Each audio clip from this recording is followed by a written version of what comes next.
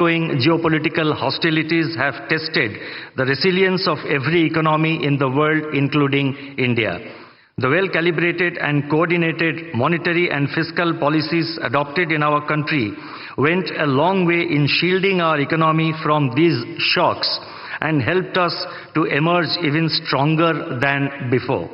It's a matter of satisfaction that today our GDP growth is robust, inflation is moderating, the financial sector is stable, the external sector remains resilient, and the forex reserves are at an all-time high.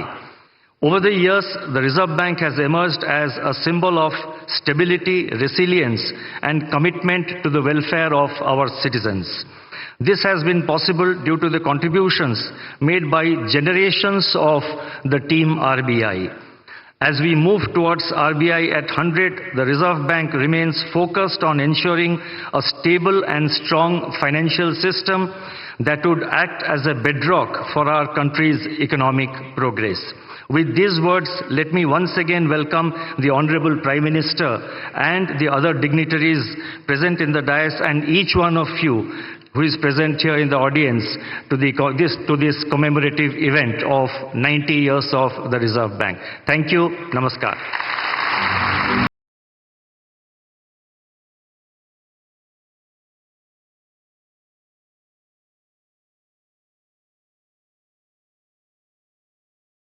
धन्यवाद। अब हमारा आग्रह है माननीय वित्त मंत्री महोदया श्रीमती निर्मला सीतारमन जी से कि कृपया अपना विशेष संबोधन करें।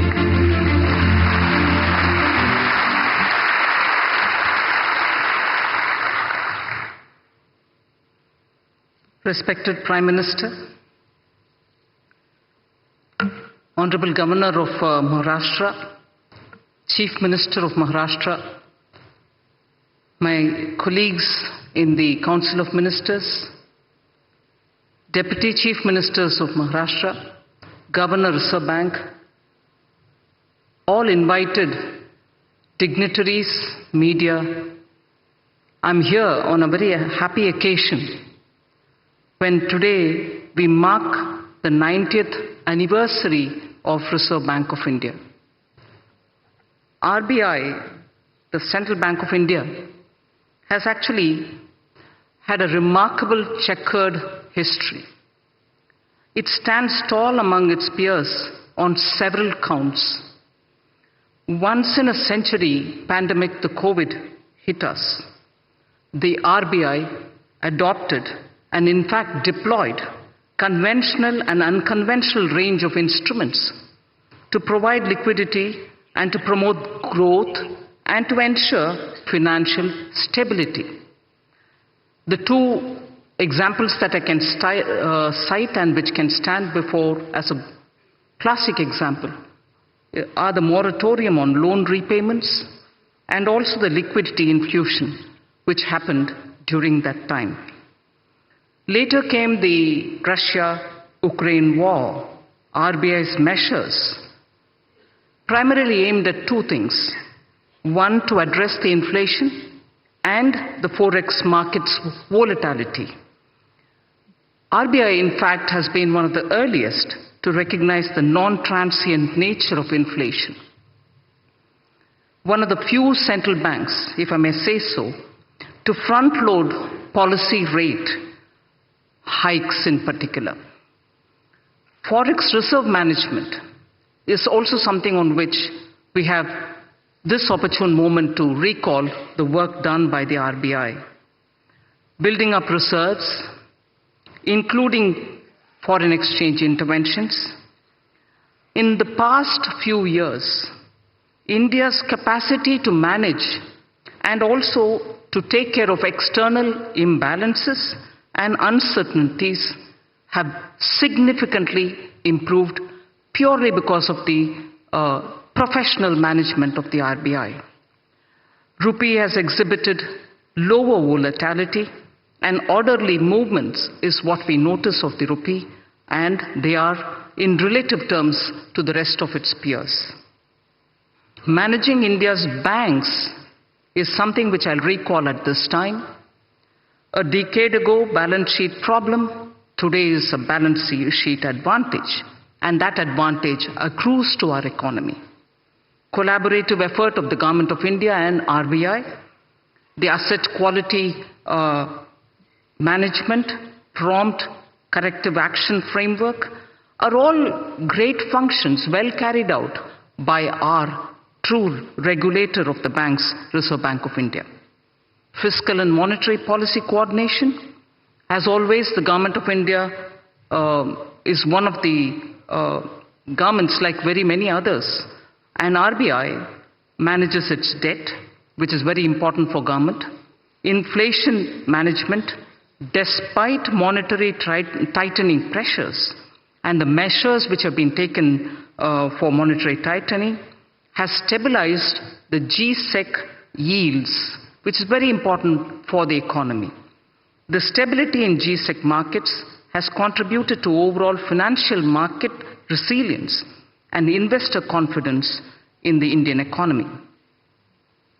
Lastly, the Bank of International Settlements, BIS, has mentioned significant role played by RBI in a very unconventional point. RBI's role in anchoring inflation expectations using communication policy is significant, is what the BIS has said.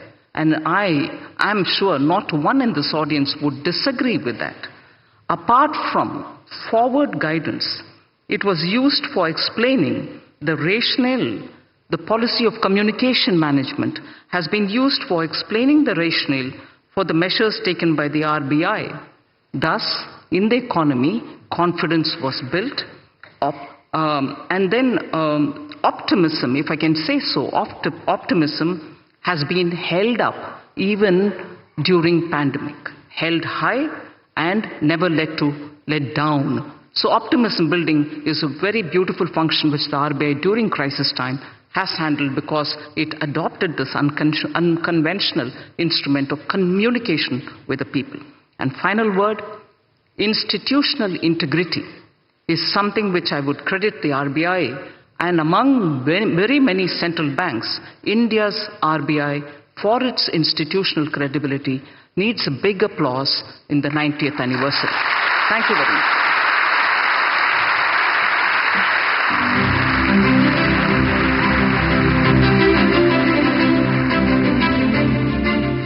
धन्यवाद माननीय, आपके मार्गदर्शन के लिए। Reserve bank की इस अभूतपूर्व यात्रा को समर्पित एक स्मारक सिक्का जारी करने के लिए रिजर्व बैंक गवर्नर से अनुरोध है कि माननीय प्रधानमंत्री जी के कर कमलों द्वारा जारी होने वाले सिक्के को प्रस्तुत करें।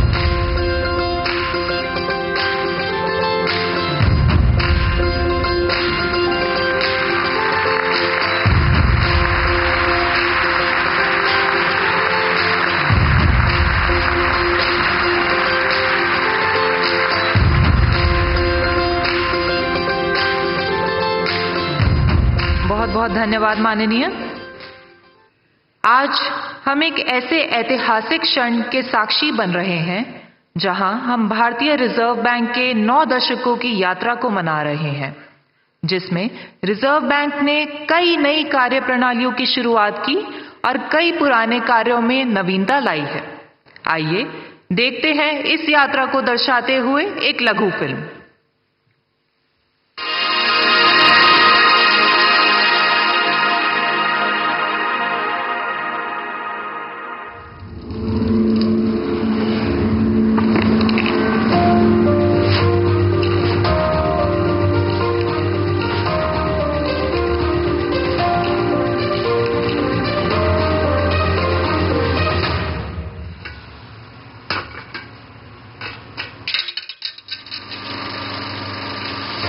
The Reserve Bank of India came into existence on 1st of April 1935 as a joint stock company.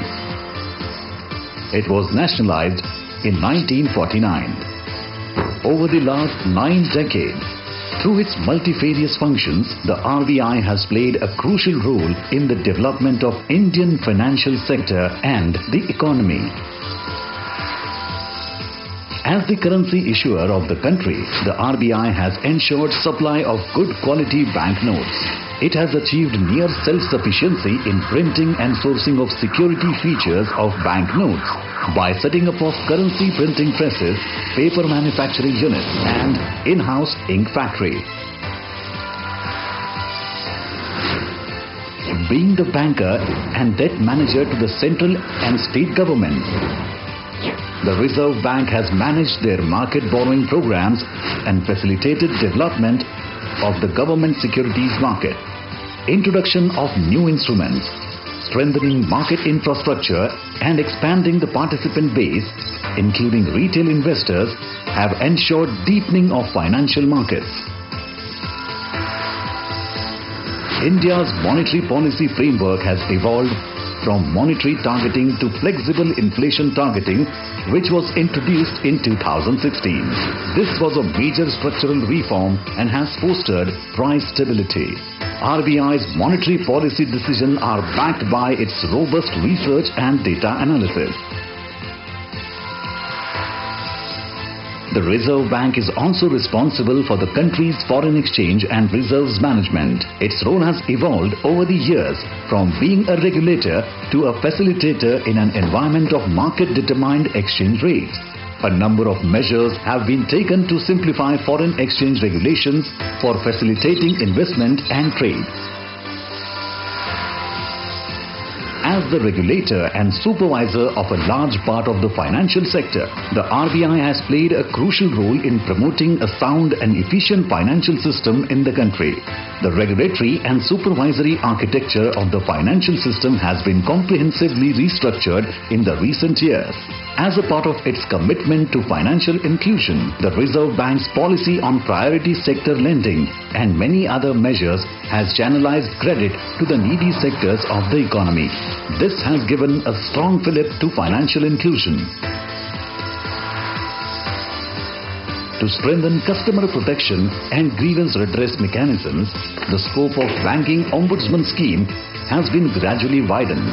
The Reserve Bank Integrated Ombudsman Scheme embodies the One Nation, One Ombudsman approach. India now has state-of-the-art payment systems that are affordable, accessible, convenient, safe and secure. The country has acquired a leadership position in digital payments landscape. As a regulator of the payment system, the RBI has played a significant role on making this possible.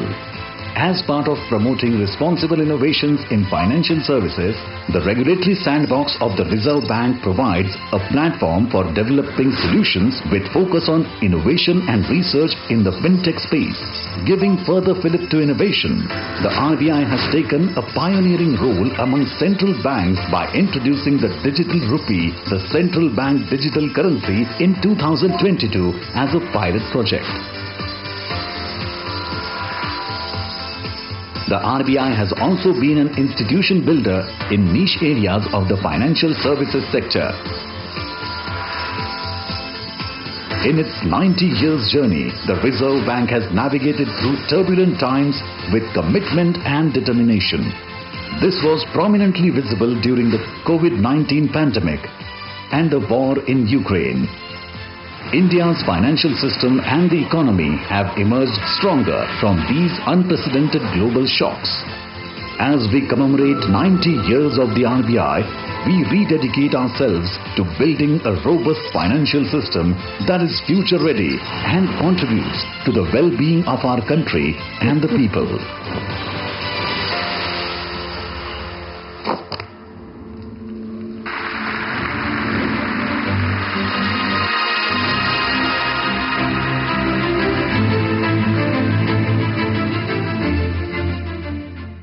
अब हम माननीय प्रधानमंत्री जी से निवेदन करते हैं कि कृपया इस सम्मेलन को संबोधित करें, हमें प्रेरणा दें, हमारा मार्गदर्शन करें।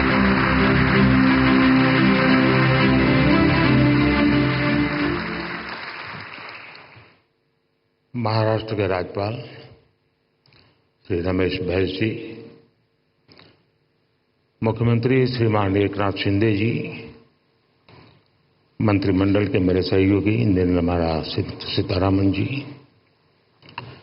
भागवत कराड़ जी, पंकज चौधरी जी, महाराष्ट्र सरकार के उप मुख्यमंत्री देवेंद्र जी अजीत जी, रिजर्व बैंक के governor Shaktikanta ji, reserve bank of India के अधिकारी, अन्य महानुभाव, देवी और सज्जनों, आज भारत का रिजर्व बैंक एक ऐतिहासिक पड़ाव पर पहुंचा है। आरबीआई ने अपने 90 इयर्स पूरे किए हैं। एक संस्थान के रूप में आरबीआई आजादी के पहले और आजादी के बाद दोनों ही कालखंड का गवाह है। आज पूरी दुनिया में आरबीआई की पहचान उसके प्रोफेशनलिज्म और कमिटमेंट की वजह से बनी है। मैं आप सभी को रिजर्व बैंक ऑफ इंडिया के सभी कर्मचारियों और अधिकारियों को आरबीआई की स्थापना के 90 इयर्स की बधाई देता हूं।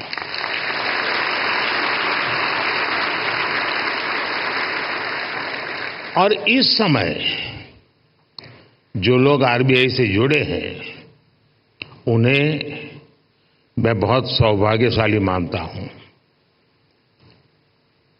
आज आप जो नीतियां बनाएंगे, जो काम करेंगे,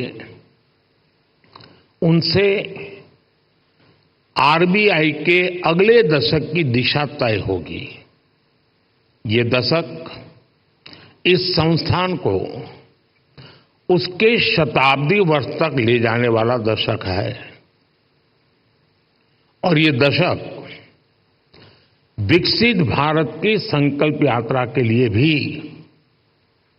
उतना ही अहम है। और इसके लिए जैसा आप लोगों का मंत्र है, आरबीआई को तेज ग्रोथ को सर्वोच्च प्राथमिकता देते हुए ट्रस्ट और स्टेबिलिटी पर भी उतना ही फोकस करना है। मैं आरबीआई को उसके लक्ष्यों और संकल्पों के लिए भी शुभकामनाएं देता हूं। साथियों, आप सभी अपनी फील्ड के एक्सपर्ट्स हैं। आप जानते हैं कि देश की अर्थव्यवस्था, हमारी जीडीपी काफी हद तक मॉनेटरी और फिस्कल पॉलिसीज के कोऑर्डिनेशन पर निर्भर करती है। मुझे याद है जब 2014 में रिजर्व बैंक के 80वें वर्ष के कार्यक्रम में आया था, तब हालात एकदम अलग थे। भारत का पूरा बैंकिंग सेक्टर समस्याओं और चुनौतियों से जूझ रहा था। एनपीए को लेकर, भारत के बैंकिंग सिस्टम की स्टेबिलिटी और उसके भविष्य को लेकर हर कोई आशंका से भरा हुआ था। हालात इतनी खराब थी कि पब्लिक सेक्टर बैंक्स देश की आर्थिक प्रगति को जरूरी गति नहीं दे पा रहे थे। हम सभी ने वहां से शुरुआत की और आज देखिए, आज भारत के बैंकिंग सिस्टम को दुनिया में एक स्ट्रांग और सस्टेनेबल सिस्टम माना जा रहा है।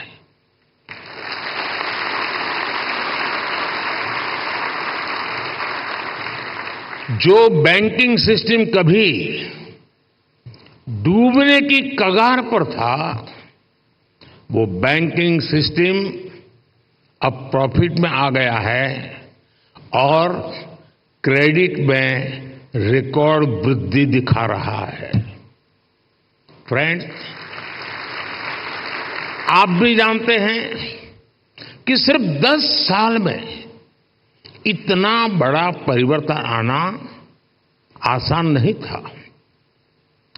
ये बदलाव इसलिए आया क्योंकि हमारी नीति, नियत और निर्णयों में स्पष्टता थी।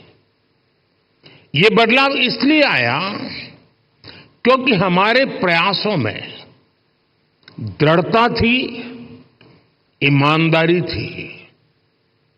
आज देश देख रहा है, जब नीयत सही होती है तो नीति सही होती है। जब नीति सही होती है तो निर्णय सही होते हैं, और जब निर्णय सही होते हैं तो नतीजे सही मिलते हैं।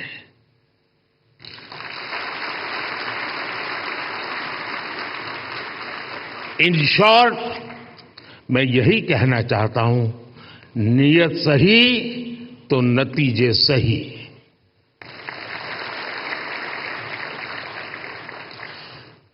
कैसे देश का बैंकिंग सिस्टम ट्रांसफॉर्म हुआ, ये अपने आप में एक स्टडी का विषय है। हमने कोई भी सिरा ऐसा नहीं था जिसे ऐसे ही छोड़ दिया हो। हमारी सरकार ने रिकॉग्निशन, रिजोल्यूशन और रिकैपिटलाइजेशन की रणनीति पर काम किया। पब्लिक सेक्टर बैंक के हालात सुधारने के लिए सरकार ने करीब 3.5 लाख करोड़ का कैपिटल इन्फ्यूजन किया और साथ ही गवर्नेंस संबंधी कई रिफॉर्म्स भी किए। अकेले इंसॉल्वेंसी एंड बैंक्रप्सी कोड की नई व्यवस्था से ही करीब 3.25 लाख करोड़ के लोन्स रिजॉल्व हुए। और एक आंकड़ा देशवासियों को जरूर जानना जरूरी है। 27,000 से ज्यादा ऐसी एप्लीकेशंस जिसमें 9 लाख करोड़ रुपए से ज्यादा का अंडरलाइन डिफॉल्ट था, वो आईबीसी में एडमिशन से पहले ही रिजॉल्व हो गई। ये दिखाता है कि इस नई व्यवस्था का सामर्थ्य कितना ज्यादा है। बैंकों का जो ग्रॉस एनपीए 2018 में 11.25% के आसपास था, वो सितंबर 2023 आते आते 3% से भी कम हो गया।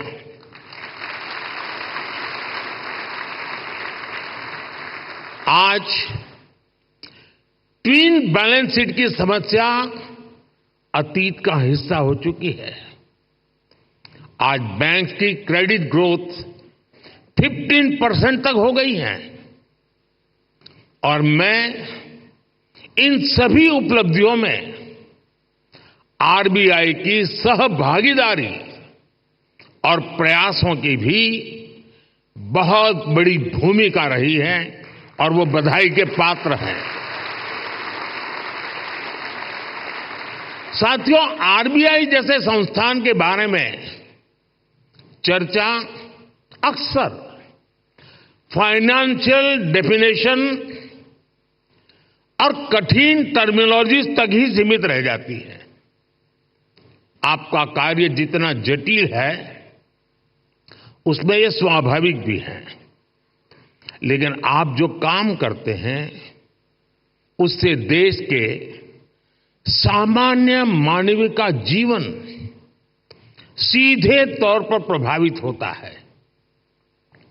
बीते 10 वर्षों में हमने सेंट्रल बैंक, बैंकिंग सिस्टम और अंतिम पायदान पर खड़े व्यक्ति के बीच इस कनेक्ट को हाईलाइट किया है। गरीबों का फाइनेंशियल इंक्लूजन आज इसका बहुत बड़ा उदाहरण है। आज देश में 52 करोड़ जनधन खाते हैं। इनमें भी 55% से ज्यादा खाते महिलाओं के नाम पर है।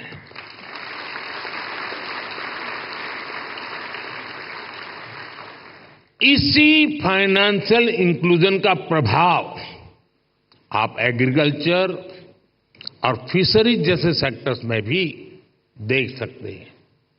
आज 7 करोड़ से ज्यादा फार्मर्स, फिशरमैन और पशुपालक के पास किसान क्रेडिट कार्ड हैं। इससे हमारी रूरल इकोनॉमी को एक बहुत बड़ा पुश मिला है। कोऑपरेटिव सेक्टर को भी पिछले 10 वर्षों में बड़ा बूस्ट मिला है। सहकारिता में कोऑपरेटिव बैंक की एक बहुत बड़ी भूमिका होती है और ये रिजर्व बैंक के रेगुलेशन और सुपरविजन का एक महत्वपूर्ण क्षेत्र भी है। यूपीआई आज एक ग्लोबली रिकॉग्नाइज्ड प्लेटफॉर्म बन चुका है। इस पर हर महीने 1200 करोड़ से ज्यादा ट्रांजैक्शन हो रहे हैं। अभी आप लोग सेंट्रल बैंक डिजिटल करेंसी पर भी काम कर रहे हैं। यानी पिछले 10 वर्षों में हुए ट्रांसफॉर्मेशन की एक तस्वीर ये भी है। एक दशक के भीतर ही हम पूरी तरह से एक नई बैंकिंग व्यवस्था, एक नई अर्थव्यवस्था और नए करेंसी एक्सपीरियंस में प्रवेश कर चुके हैं। और जैसा मैंने पहले कहा है, पिछले 10 साल में जो हुआ वो तो सिर्फ ट्रेलर है।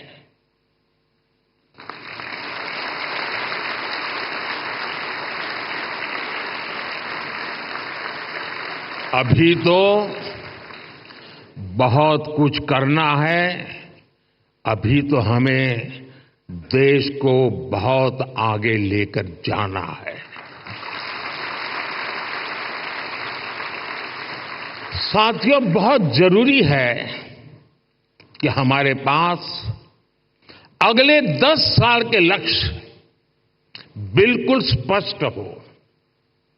हमें मिलकर अगले 10 साल में डिजिटल ट्रांजैक्शन की संभावनाओं को विस्तार देना होगा। हमें कैशलेस इकोनॉमी से आ रहे इन बदलावों पर नजर भी रखनी होगी। हमें फाइनेंशियल इंक्लूजन और एम्पावरिंग एफर्ट्स को भी और बेहतर करना होगा। साथियों, इतनी बड़ी जनसंख्या की बैंकिंग नीड्स भी अलग अलग हो सकती है। कई लोग फिजिकल ब्रांच मॉडल को पसंद करते हैं, कई लोगों को डिजिटल डिलीवरी पसंद होती है।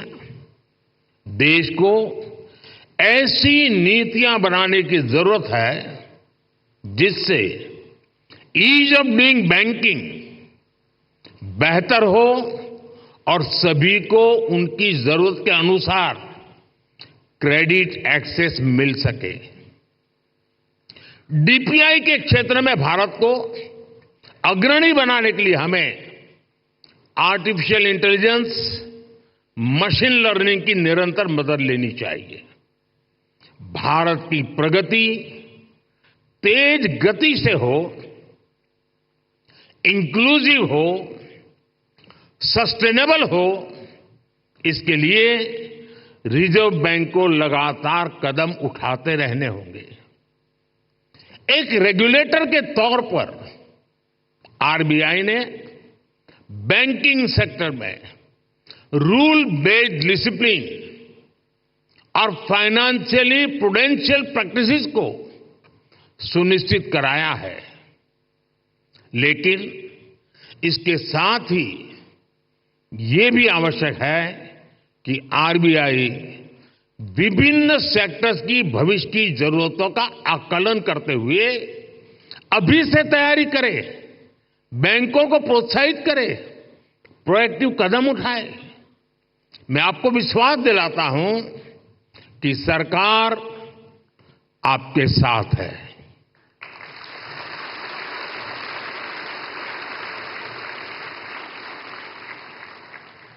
आपको याद होगा 10 साल पहले डबल डिजिट की महंगाई से निपटने का रिफ्लेक्शन तब की फाइनेंशियल पॉलिसीज में नहीं दिखता था। इससे निपटने के लिए हमारी सरकार ने रिजर्व बैंक ऑफ इंडिया को इन्फ्लेशन टारगेटिंग का अधिकार दिया। मॉनेटरी पॉलिसी कमेटी ने इस मैंडेट पर बहुत अच्छे ढंग से काम भी किया। साथ ही साथ सरकार ने एक्टिव प्राइस मॉनिटरिंग और फिस्कल कंसोलिडेशन इसके भी कदम उठाए। इसलिए कोरोना संकट हो, अलग अलग देशों में युद्ध की स्थिति हो, तनाव हो, भारत में इन्फ्लेशन मॉडरेट लेवल पर ही रही।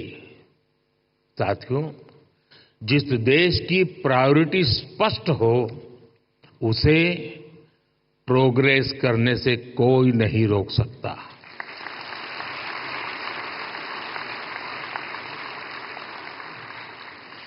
हमने कोरोना के दौरान फाइनेंशियल प्रूडेंस की चिंता भी की और सामान्य नागरिक के जीवन को भी सर्वोच्च प्राथमिकता दी। यही वजह है कि भारत का गरीब, भारत का मिडिल क्लास उस आपदा से उबरकर अब अर्थव्यवस्था को गति दे रहा है। दुनिया के बड़े बड़े देश जहां अभी तक उस झटके से उबरने की कोशिश कर रहे हैं, वहीं इंडियन इकोनॉमी नए रिकॉर्ड बना रही है।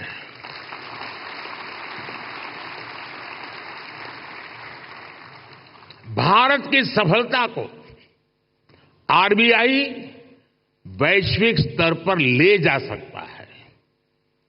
इन्फ्लेशन कंट्रोल और ग्रोथ में एक बैलेंस बनाना किसी भी डेवलपिंग कंट्री की बहुत यूनिक जरूरत होती है।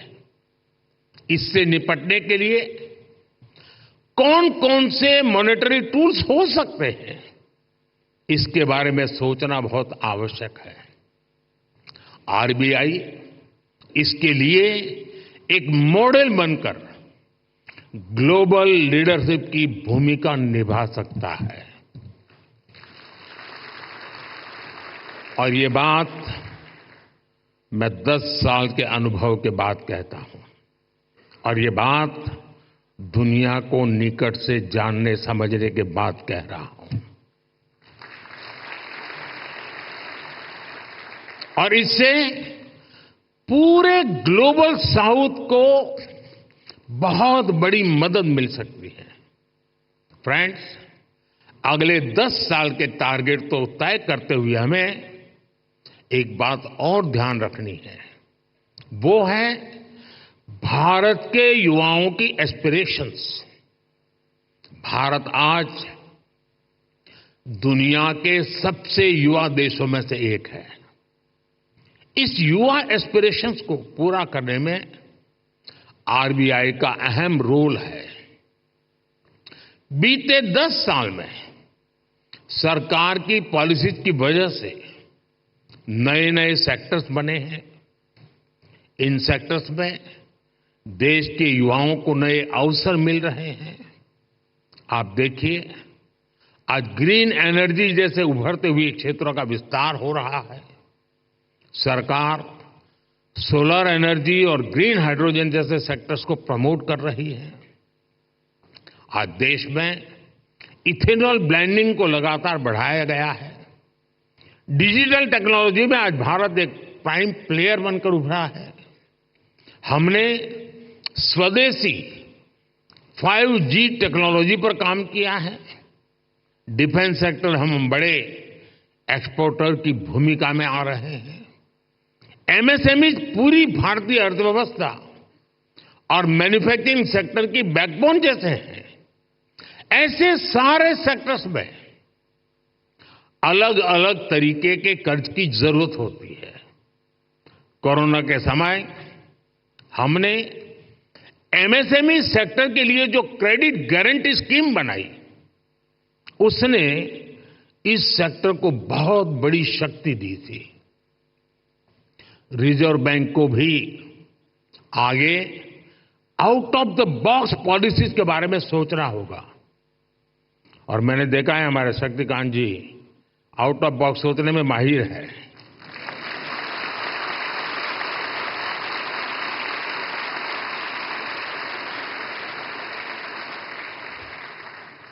और मुझे खुशी है कि सबसे ज्यादा तालियां इस बात पर पड़ी।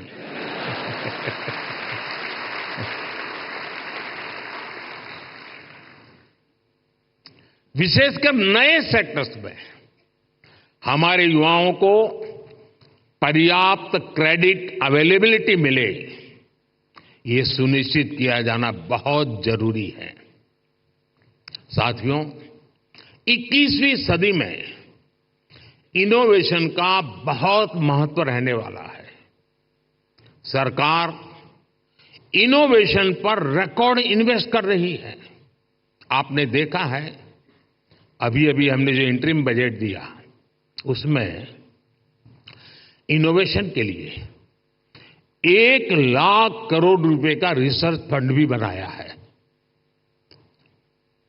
कटिंग एज टेक्नोलॉजी पर जो प्रपोजल आएंगे, जो लोग इस क्षेत्र में काम करना चाहते हैं, हम उनके लिए कैसे प्रिपेयर हो, ये सोचना बहुत आवश्यक है। और आरबीआई को अभी से सोचना चाहिए कि वो कैसे उनकी मदद करेगा। हमें ऐसे लोग पहचानने होंगे, हमें ऐसी टीम्स बनानी होगी जो परंपरागत कारोबार हैं, जो आने वाले विषय हैं, हमें उन्हें लेकर एक्सपर्टीज डेवलप करनी चाहिए। इसी तरह स्पेस सेक्टर ओपन हो रहा है। इसमें नए नए स्टार्टअप्स आ रहे हैं, तो उनको क्रेडिट के लिए किस तरह का सपोर्ट चाहिए, ये हमें देखना होगा। इसी तरह भारत में एक सबसे बड़ा क्षेत्र नया पूरी ताकत के साथ आ रहा है, वो है टूरिज्म सेक्टर। टूरिज्म सेक्टर भी बढ़ रहा है और पूरी दुनिया भारत आना चाहती है, भारत देखना चाहती है, भारत समझना चाहती है। अभी कहीं मैंने पढ़ा था, जो ये टूरिज्म के एक्सपर्ट्स होते हैं, उनका कहा है कि आने वाले वर्षों में रिलीजियस टूरिज्म में दुनिया का सबसे बड़ा कैपिटल अयोध्या बनने वाला है।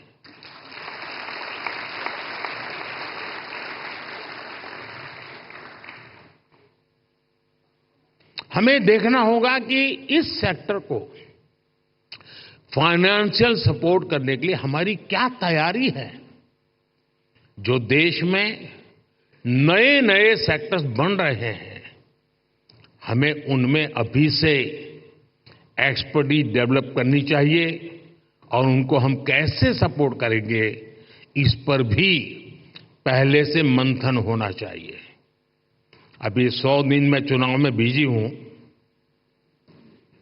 तो आपके पास भरपूर समय है।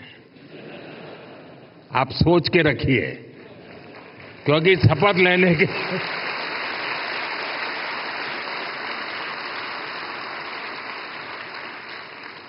क्योंकि शपथ लेने के दूसरे दिन ही धमाधम काम आने वाला है।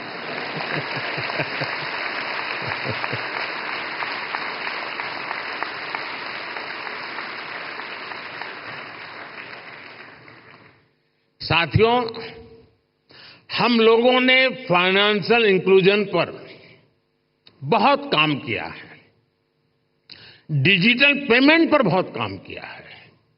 इससे हमारे छोटे बिजनेस की, रेहड़ी पटरी वालों की फाइनेंशियल कैपेसिटी अब ट्रांसपेरेंटली दिखाई देने लगी है। अब इस जानकारी का उपयोग करते हुए हमें उन्हें फाइनेंशियल एम्पावर करना है। फ्रेंड्स, हमें मिलकर अगले 10 वर्षों में एक और बड़ा काम करना है। हमें भारत की आर्थिक आत्मनिर्भरता को बढ़ाना है। हमें कोशिश करनी है कि हमारी इकोनॉमी दुनिया के संकटों से कम प्रभावित हो। आज भारत ग्लोबल जीडीपी ग्रोथ में 15% के साथ ग्लोबल ग्रोथ का इंजन बन रहा है। इन स्थितियों में ये प्रयास होना चाहिए कि हमारा रुपया पूरी दुनिया में ज्यादा एक्सेसिबल भी हो, एक्सेप्टेबल भी हो। एक और ट्रेंड जो बीते कुछ वर्षों में पूरी दुनिया में देखने को मिला है, वो है बहुत ज्यादा आर्थिक विस्तार और बढ़ता हुआ कर्ज। कई देशों का प्राइवेट सेक्टर डेट तो उनकी जीडीपी के 2 गुने तक पहुंच गया है। कई देशों का डेट लेवल उस देश के साथ साथ पूरी दुनिया की अर्थव्यवस्था को प्रभावित करता है। रिजर्व बैंक को इस पर भी एक स्टडी करनी चाहिए। भारत की ग्रोथ के जितने प्रॉस्पेक्ट्स और पोटेंशियल है, उसको ध्यान में रखते हुए क्रेडिट की कितनी उपलब्धता होनी चाहिए और उसको कैसे सस्टेनेबल तरीके से मैनेज किया जाना चाहिए, इसे आधुनिक परिप्रेक्ष्य में तय किया जाना बहुत आवश्यक है। साथियों, देश के लिए जरूरी प्रोजेक्ट्स को फंडिंग देने के लिए हमारी बैंकिंग इंडस्ट्री को उसके आगे बढ़ना भी उतना ही जरूरी होगा। और इस आवश्यकता के बीच आज कई मोर्चों पर चुनौतियां भी हैं। एआई और ब्लॉकचेन जैसी नई तकनीकों ने बैंकिंग के तरीकों बदला है। पूरा तरीका बदल गया। बढ़ती डिजिटल बैंकिंग की व्यवस्था में साइबर सिक्योरिटी की भूमिका बहुत अहम हो गई है। फिनटेक में होने वाले नए इनोवेशंस बैंकिंग के नए तरीके बनाने जा रहे हैं। ऐसी परिस्थितियों में देश के बैंकिंग सेक्टर में, उसके स्ट्रक्चर में क्या बदलाव जरूरी है, इस पर हमें सोचना होगा। इसमें हमें नए financing, operating and business models की आवश्यकता हो सकती है। ग्लोबल चैंपियंस की क्रेडिट जरूरतों से लेकर रेहड़ी पटरी वालों तक की जरूरत को, कटिंग एज सेक्टर से लेकर ट्रेडिशनल सेक्टर तक की जरूरतों को हम पूरा कर सकें, ये विकसित भारत के लिए बहुत जरूरी है। विकसित भारत के बैंकिंग विजन के इस पूरे अध्ययन के लिए रिजर्व बैंक बहुत उपयुक्त संस्था है। आपके ये प्रयास 2047 के विकसित भारत के निर्माण के लिए बहुत अहम होंगे। एक बार फिर आप सबको मेरी बहुत बहुत शुभकामनाएं। धन्यवाद।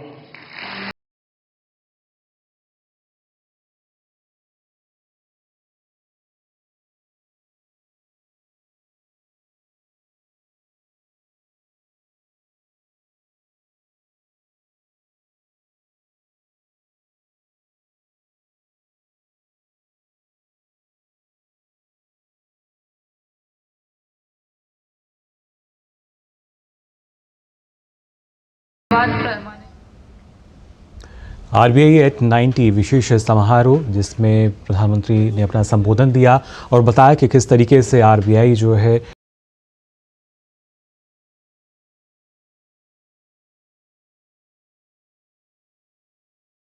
प्रसन्नचित्त दिख रहे हैं, ऊर्जा से